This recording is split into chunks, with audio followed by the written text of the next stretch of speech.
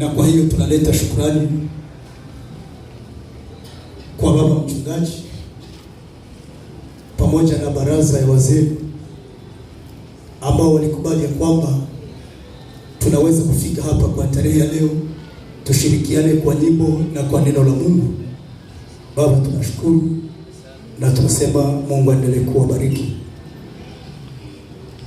Kwa majina naitika kwa jina la Bazibuhe Tera Bienfait. Ni yale majina yangu. Ninakuwa mume wa mke mmoja na uzazi 14, lakini 8 njoo iko. Wale wengine wametutangulia, wamerudia, lakini ile 8 tunakuwa na tunashukuru Mungu. Ninakuwa na mifupa yangu hapa, minofu yangu. Mpendwa wangu iko pamoja na mimi na mara ananisindikiza katika huduma, na ninashukuru Mungu kwa sababu alinipa mke mzuri. Kama wewe utapewa hapo, mimi natapaka wangu. Alinipa mke mzuri kwa sababu ananifaa katika huduma na maisha. Tuseme amen. Na Mungu apewe sifa aliyenipa naye. Sasa amenisindikiza leo hapa. Tulikuwa naye Nyangezi iliyopita Dimashpas, na leo tena tuko naye hapa. Nitamuomba asimame. Mama, simama. Iko pale. Fanya tu mikono yako pepeti, watoto wa Mungu, na mtukufu Mungu. Ni yule Mungu amenipa. Tunakuwa naye wale watoto 8. Lakini Mungu pia ametubariki, tunakuwa naye pia na wajukuu 2 sasa. Kusema tuna mwili ya hivi, lakini hatuko tena wadogo, tumekomaa. Amen. Na mimi naweza kushukuru Mungu kwa alinipatia mwili ya hivi, kwa sababu kuna tatizo kwa mwili zingine, lakini Mungu alinipatia mwili ya hivi. Nasema Mungu asifiwe. Unaweza kuketi mama, na Mungu aendelee kukubariki. Kihuduma ninafanya kazi ya Mungu na kuwa mzee wa kanisa ama pastor. Kwa Sepaki wanatuita wa pastor. Na kwa pastor kwa kanisa la UTM Sepaki Sayuni Kadutu, lakini pia natumika kwa centre ya Sayuni Bonde la Baraka Panzi. Amina. Na tumefika hapa pamoja na kwaya Hosana. Mimi ni mwimbaji pia ndani ya kwaya Hosana. Na tunashukuru Mungu kwa sababu pia baraza itukubali kwamba tufike hapa pia na kwaya. Amen. Mchungaji wetu Pastor Lwaboshi Timonera Moiz alisema kwamba tufikishe salamu kwa mchungaji na kwa baraza, lakini pia na kwa kanisa lote mzima. Nafikiri mmezipokea kwa furaha. Asante, tunashukuru kwa ile. Lakini pia ninashukuru Mungu kwa sababu mchungaji si yangu ya kwanza namuona. Labda yeye anaweza kunipoteza kidogo, lakini nimemjua tangu kushirika pale kwa plus, na wakati nilikuwa natumika fasi moja kwa nyumba moja inaitwa ya amehamishwa Papa Kasibazima, nilimjua tena zaidi. Na alifika kwetu, alihudumia pale, alimaliza chumba mzima pale. Lakini pia wakati alifika tena kubariki ndoa pale kushirika pale, kusema ushirika pale plus, nilikuwa tena pale na ule mtoto ule binti mwenye alibarikiwa pale kutoka Sayuni, na ni mimi walituma tena nimsindikize pamoja na Pastor Kalopa. Na ilikuwa furaha, ilikuwa baraka. Nikusema baba mchungaji sio mgeni kwangu zaidi. Amen. Amina. Ninaona ndugu zangu wengine wako humu ambao sitashinda kutaja majina, lakini Mungu asifiwe kwa sababu anajua kukutanisha na wengine. Amen. Tetee basi mkono hivi useme jina la Bwana Yesu libarikiwe sana. Kama umefurahi shangilia Bwana Yesu kwa makofi mazuri kwa ajili ya utukufu wa Mungu wetu. Tunaingia katika neno la Mungu mara moja.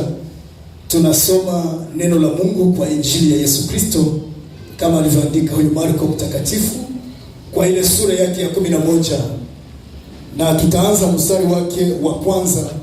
Tutasoma kirefu kidogo kusudi tuelewe nini tutazungumzia kwa sikukuu ya leo. Tunasoma Injili ya Yesu Kristo kama alivyoandika huyu Marko mtakatifu kwa ile sura yake ya 11 na mstari wake wa kwanza na kuteremka hadi ule wa 10. Tunasoma katika jina la Yesu. Amen. Hata walipokaribia Yerusalemu, karibu na Betfage na Betania, kukabili mlima wa Mizeituni, aliwatuma wawili katika wanafunzi wake, akawaambia, nendeni mpaka kile kijiji kinachowakabili, na katika kuingia ndani yake, mara mtamwona mwana punda amefungwa, asiyepandwa mtu bado. Mfungueni, kamleteni. Na mtu akiwaambia, mbona mnafanya hivi? Semeni, Bwana ana haja naye. Bwana ana haja naye, naye na mara atamrudisha tena hapa. Wakaenda zao, wakamwona mwana punda amefungwa penye mlango nje katika njia kuu, wakamfungua. Baadhi ya watu waliomwona, waliosimama huko, wakawaambia, mnafanya nini kumfungua mwana punda? Wakawaambia kama Yesu alivyowaagiza, nao wakawaruhusu. Wakamletea Yesu yule mwana punda, wakatandika mavazi yao juu yake, akaketi juu yake. Watu wengi wakatandaza mavazi yao njiani, na wengine matawi walioyakata mashambani. Nao watu waliotangulia na wale waliofuata wakapaza sauti, Hosana, ndiye mubarikiwa ajaye kwa jina la Bwana. Umebarikiwa na ufalme ujao wa baba yetu Daudi. Hosana juu mbinguni. Ni neno la Bwana, tulishangilie. Amen. Asubuhi ya leo na kwa mchana huu, kwa hizi dakika ambazo tumepewa asubuhi na kwa ile neema Mungu ametupatia, tunatamani tu tushirikiane kwa neno linalosema Yesu Kristo ni funguo ya maisha yako. Amen. Patia mwenzako mkono, mwambie Yesu Kristo ni funguo ya maisha. Bwana Yesu asifiwe sana. Amen. Maana Yesu anapoingia ndani ya maisha, anapoingia ndani ya maisha ya mtu, kilichofungwa mara kinafunguliwa. Amen. Yesu anapoingia ndani ya maisha ya mtu, ndani ya jamaa, ndani ya huduma, ndani ya kazi, ni lazima kenye kilikuwa kinafungwa kifunguliwe. Na ninatamani asubuhi ya leo uwe na roho ya imani ya kwamba Yesu ni funguo ya maisha yako. Hata watu wangelizuia, wangelifunga, usife moyo, kwa sababu Yesu anapoingia akifanya starehe, kilichofungwa kinafunguliwa. Jina la Bwana Yesu libarikiwe. Amen. Nasema jina la Bwana Yesu libarikiwe. Amen. Mwandishi wa kitabu hiki, wababu ama wataalamu wa Biblia wanasema kwamba ni Marko aliweza kuandika hiki kitabu, na huyu Marko anamuita jina lingine la Yohana Marko. Na unapoangalia vizuri kwa historia, wanasema kwamba huyu Marko katika nyumba yao ni mule Yesu Kristo aliingia kuandaa ama kufanya Pasaka pamoja na wanafunzi wake. Lakini pia katika nyumba ya kwao Marko, hii nyumba yao Marko ni mule pia kanisa liliomba wakati ule ambapo Herode alikuwa anasumbua watumishi wa Mungu na kuwa mitume. Alipoua mmoja, Biblia inaonyesha ya kwamba akachukua pia na huyu Petro akamweka katika gereza, na alikuwa anachunga gisi atamuua baada ya kuwa Yakobo. Akaona kwamba ni vizuri pia akamate na Petro naye amfunge, na akamweka ndani ya gereza. Sasa kanisa lilipoona hii madharau inapita na hii michezo inapita, kanisa liliingia maombi. Na wakati liliingia maombi, ni mnyumba yao na huyu Marko waliingia katika chumba, wakaanza kuomba Mungu, na Mungu akafanya ishara, Petro akafunguliwa. Amen. Tuseme amina. Amen. Ni kusema maombi ya kanisa pia ina nguvu, na wakati kanisa linachukua nafasi kukuombea, hata kama kungelikuwa vitu vizito, kanisa linapoomba kuna mambo yanakuwa Tuseme amina. Amen.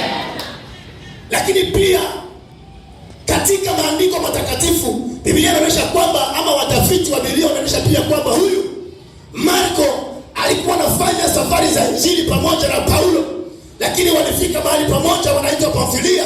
Hapo wakatengana, na walipotengana akaambatana na Barnaba, wakaendelea katika kazi ya injili, na Paulo akaenda upande mwingine kwa safari ya injili. Jina la Bwana libarikiwe sana.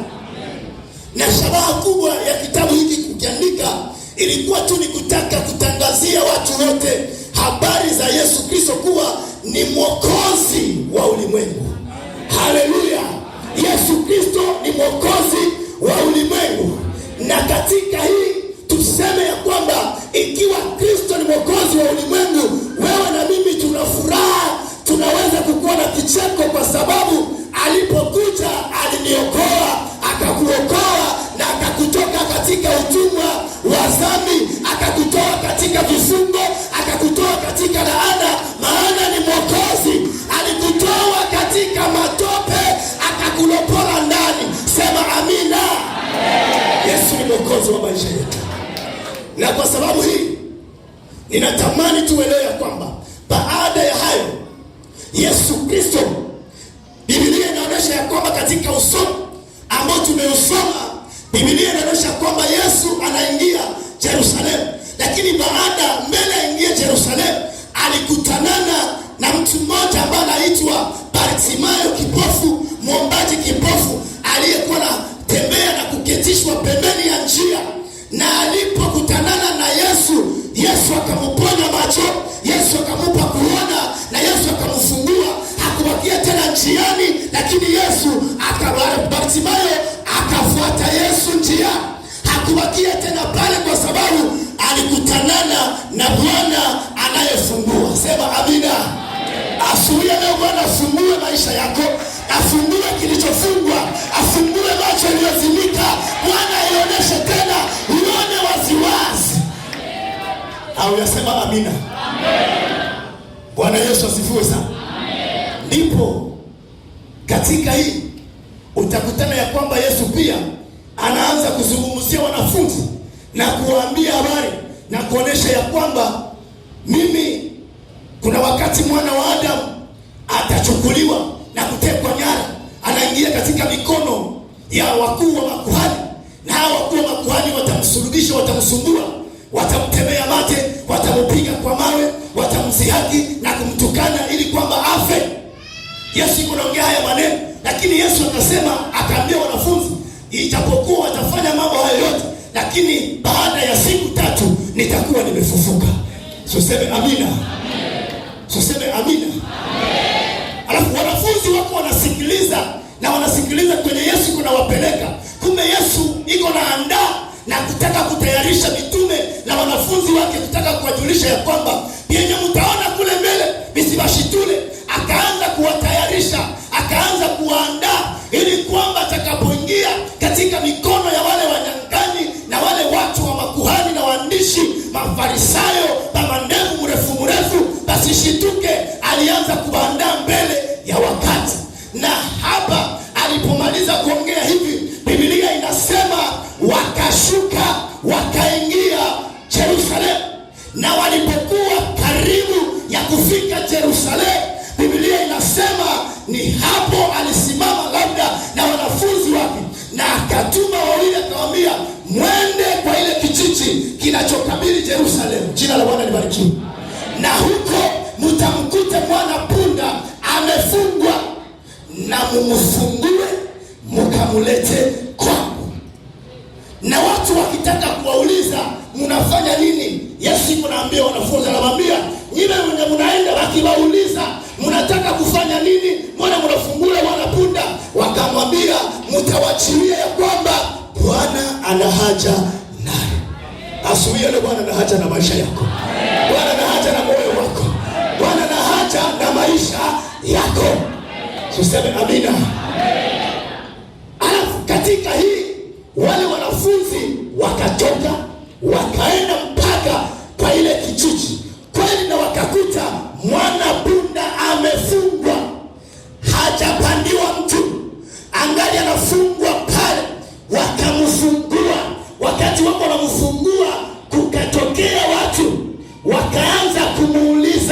wakawauliza munafanya nini? Wakawaambia Bwana ana haja naye. Kwa lile neno hawakuongeza neno lingine, kwa sababu ni mwenye mamlaka aliwatuma, ni mwenye uwezo aliwatuma, ni mwenye nguvu aliwatuma. Kwa hiyo usijali maneno ya watu yanapokutokea, taka tu uelewe kwamba mimi nina Yesu, na Yesu ameniita, na Yesu amenituma.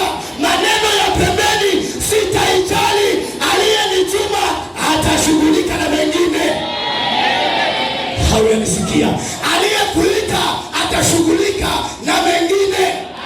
Kwa sababu kuna sauti zingine ni za kutaka unyamazi, kuna sauti zingine ni za kutaka usiendelee, kuna sauti zingine ni za kutamani urudie nyuma. Lakini natangazia mtu wana yote, usisikilize maneno ya watu, songa mbele mlima. Kwenye Yesu alikutosha, hawakukuwepo. Kwenye Yesu amekutia leo, hawajue na kesho anakuahidi uzima wa milele. Ndio maana maneno iwe, masemi iwe, tunaendelea mbele. Hata wakudharau, aliyekuita atashughulika. Nipe amina ya mzuri. Hawasema amina kunenepa. Sema amina kubwa kwa ajili ya utukufu wa Bwana. Hapo wakanyamaza na wakafungua mwanapunda, wakamuleta kwenye Yesu liko. Haleluya. Walipoleta ule mwanapunda wakamuleta kwenye Yesu liko, Yesu akapanda juu ya punda. Alipoingia juu ya punda, sasa hapa ninafurahi sana, wakaanza kutandika manguo, wakaanza kukata mitende walikia nayo mashamba, wakaitandika pale. Sasa nini litokea? Yesu juu ya punda, lakini mwenye alikanyaga ile vile ilikuwa pale, mwenye alikanyaga manguo, mwenye alikanyaga mitende yenye walikata mashamba haiko Yesu, lakini punda yenye ilikuwa inabeba Yesu. Ikusema ukibeba Yesu utakanyaga shida, ukibeba Yesu utakanyaga matatizo, ukibeba shida maisha yako itakuwa imepanda juu. Sema amina. Kama unapeleka Yesu, sifa zote zitakuwa zako, kwa sababu Yesu iko ndani na wana mubeba Yesu. Natamani ubebe Yesu na magonjwa yatatoweka, magonjwa itakimbia, kwa sababu Yesu akiwa ndani. Haleluya. Wanabeba Yesu, haiko yenzo ataonekana, lakini Yesu anaonekana na wanapeleka Yesu. Siseme amina. Sema amina. Punda kakanyaga matawi, punda kakanyagia manguo, na Yesu iko juu. Natamani asubuhi ya leo uliyefunguliwa maisha, kanyaga mateso, kanyaga shida, kanyaga problem. Yesu juu, mateso yako chini. Haleluya. Yesu abakia yulu, matatizo yanakia chini, kwa sababu Yesu anapoingia, maana kuna mabadiliko. Hakuna aliyekutanana na Yesu akabakia vile alivyokuwa. Yesu akiingia, kuna transformation yenye iko total. Sema amina. Hata maisha yanabadilika kama Yesu anakaa ndani na unakaa ndani yake, maisha yanabadilika. Mungu akupe neema utembee na Yesu. Ukitembea na Yesu unakanyaga shida, ukitembea na Yesu matatizo chini, Yesu anapanda juu. Yesu apande juu maisha yako, Yesu apande juu kazi yako, Yesu apande juu huduma yako, Yesu apande juu kila kitu unaofanya. Shangilia Bwana kwa makofi mazuri. Hata watu wadharau, hata watu wakuseme, kama unabeba Yesu hakuna problemi. Sema amina. Watu wanajua kusema na wanapanula midomo. Unakutana wanapanula midomo sana dubulie, lakini hata wapanule midomo kama unapeleka Yesu, usijali. Yesu ni mtetezi, Yesu ni funguo. Sema amina. Sema amina. Walipofungua wakamuleta kwa Yesu, na niletaka asubuhi leo Yesu afungue maisha yako. Kwenye kilifungwa Yesu akifungue, kwenye walifungia huduma Yesu aifungue, kwenye walifungia kazi yako Yesu aifungue, kwenye walifungia watoto, ndoa yako, jamaa yako, Yesu aifungue asubuhi leo. Kuna watu wengine hawapendake wengine waendelee, na wanawatilia maganda ya mitika kusudi mio wa BFF napita nitereze wapige mikono, lakini hata waiweke kama ninabeba Yesu, haiko mimi ndo naikanyaga, lakini Yesu atakanyaga ile, na mimi naendelea, na mimi navuka. Haleluya! Haujanisikia katika roho? Haleluya! Kama unabeba Yesu, hata wakuchimbie shimo hautatumbukia ndani. Yesu atatengeneza kilalo na wewe unavuka. Haleluya! Na wale walikuchimbia shimo wanatumbukia ndani, unaendelea. Upe mwenzako mkono, mwambie usiogope. Yesu ni funguo ya maisha. Haleluya! Kristo ni funguo ya maisha. Biblia inaonyesha ya kwamba katika haya walipoendelea mbele kidogo, watu wakaanza kufanya nini? Watu wakaanza kufanya kelele za furaha, wakaanza kuimba, Hosana mbarikiwa ajaye kwa jina la Bwana.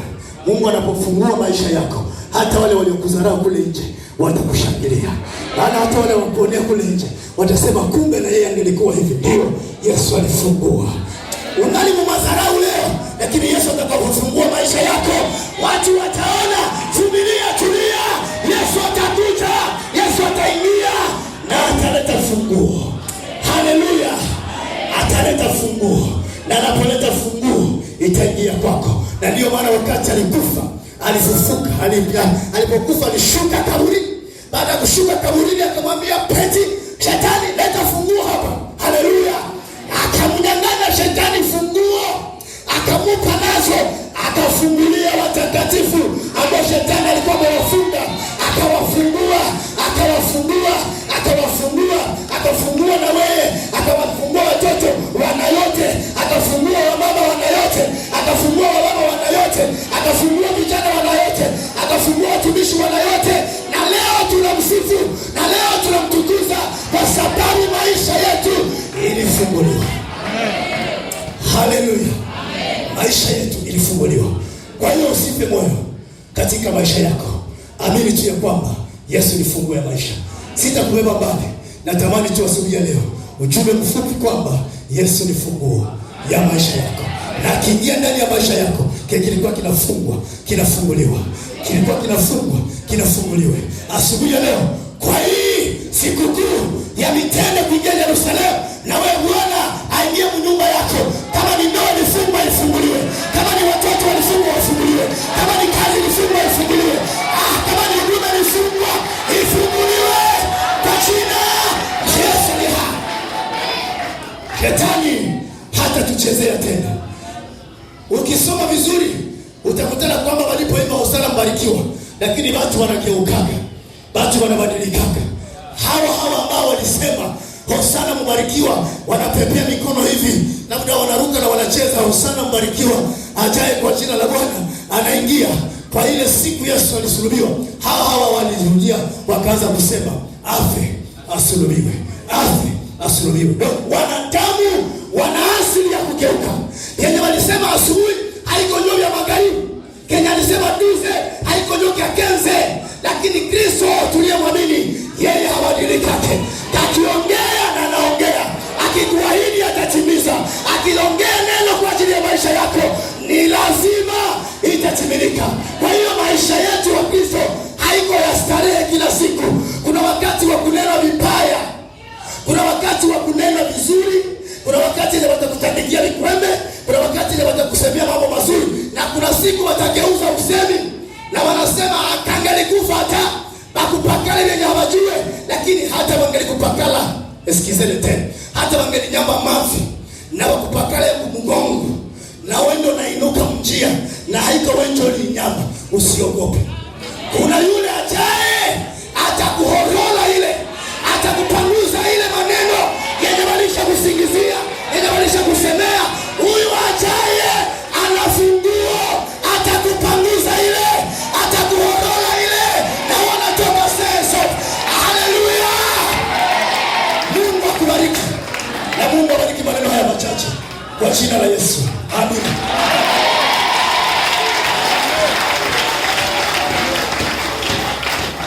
Simama tuombe Mungu dakika mbili tu.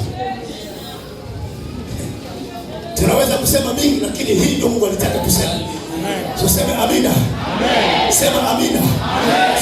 Utamwambia tu Bwana afungue maisha yako. Kama ni kazi yako ilifungwa, asubuhi ya leo mwambie Bwana, kwa hii siku ya leo na mimi ufungue maisha yako. Kuna watu wengine walifunga ndoa yako. Kuna watu wengine labda walikandikia ndoa yako wakaifunga. Lakini leo utamka maneno ya kufungua ndoa yako. Sema amina. Amina. Labda kazi unazozifanya zimefungwa na watu wengine walisemea kwa maneno mabaya, lakini Yesu funguo. Umwambie leo afungue kazi yako. Kwenye unatumikiaka, kwenye unaterekeaka, mahali unafanyiaka kazi, upafungue katika jina la Yesu. Weka mikono juu. Wewe unajua nini imefungwa katika maisha yako? Labda huduma yako imefungwa. Ulikuwa naomba hauombake tena. Ulikuwa mwinjilisti haufanyake tena. Ulikuwa mwimbaji hauimbake tena. Huduma ilifungwa, lakini asubuhi mwambie Bwana, nifungulie huduma tena. Nifungulie tena huduma. Weka mikono juu, fungua kinywa chako. Mwambie Bwana, ufungue maisha yangu, fungua watoto wangu, fungua kazi zangu, fungua jamaa yangu. Ingia na mimi maisha yangu. Ingia na mimi mwa zito. Ufungue maisha, hata kuomba Mungu. Hata sauti yako. Mwambie Bwana, niko hapa. Tama uliye juu. Tunaalika neema ya ufungulifu katika jina la Yesu Kristo. Tunaalika uwezo ya ufungulifu. Tunaalika uwezo wako. Tunaalika mamlaka. Tunaalika nguvu zako. Tunaalika Bwana uwezo wako na kufungua. Wewe unafungua mamlaka ya maisha yetu. Hata wanadamu wanalifunga lakini ukiongea maana unaleta funguo na unafungua maisha ya watoto wako. Huyu baba asubuhi leo ufungue kaka wewe kwa jina la Yesu. Ufungue maisha ya neema ya ufunguo wa maisha kwa jina la Yesu. Neema ya ufunguo kwa jina la Yesu. Neema yako. Asante Bwana. Uwezo ya kufungua ana una nguvu na mamlaka inayofungua shida. Tunayalika hapa. Haleluya. Haleluya. Haleluya. Sikiliza. Haleluya. Nasikia kwamba utaomba. Yesu sifiwe. Kuna vitu vinafunga maisha yako. Yesu sifiwe. Na wachawi labda wamechezea maisha yako. Yesu sifiwe. Na wachawi labda wanafunga maisha yako ya watoto. Wazee wa kanisa msimame. Lakini asubuhi ya leo kitu ya kanisa. Kuna neema ya Bwana inataka kufungua mtu hapa. Yesu. Kuna neema Bwana inataka kudeliver mtu hapa. Tukuzwe. Vitu vilivyofungwa hapa. Yesu vimefunguliwa siku ya leo. Taka uliona juu kusogeza imani. Haujaona uwezo ya ufungulivu. Mpya zinatembea. Tunaalika mamlaka ya ufungulivu. Ile yote hapo free. Ile yote ambayo imekandamana. Jina la Yesu. Jina la Yesu. Jina la Yesu. Tunaalika ile neema. Jina la Yesu. Kwa ajili ya uwezo. Tunaalika ile mamlaka. Watu hapo. Katika jina la Yesu.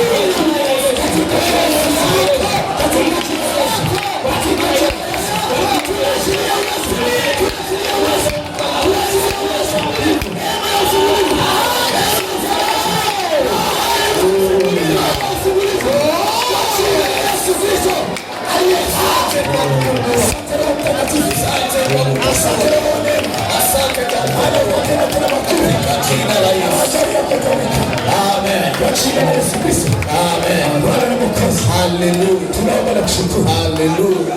Amen. Amen. Mungu amen. Na wabariki maneno haya machache. Haleluya. Chape vigelegele na shangwe.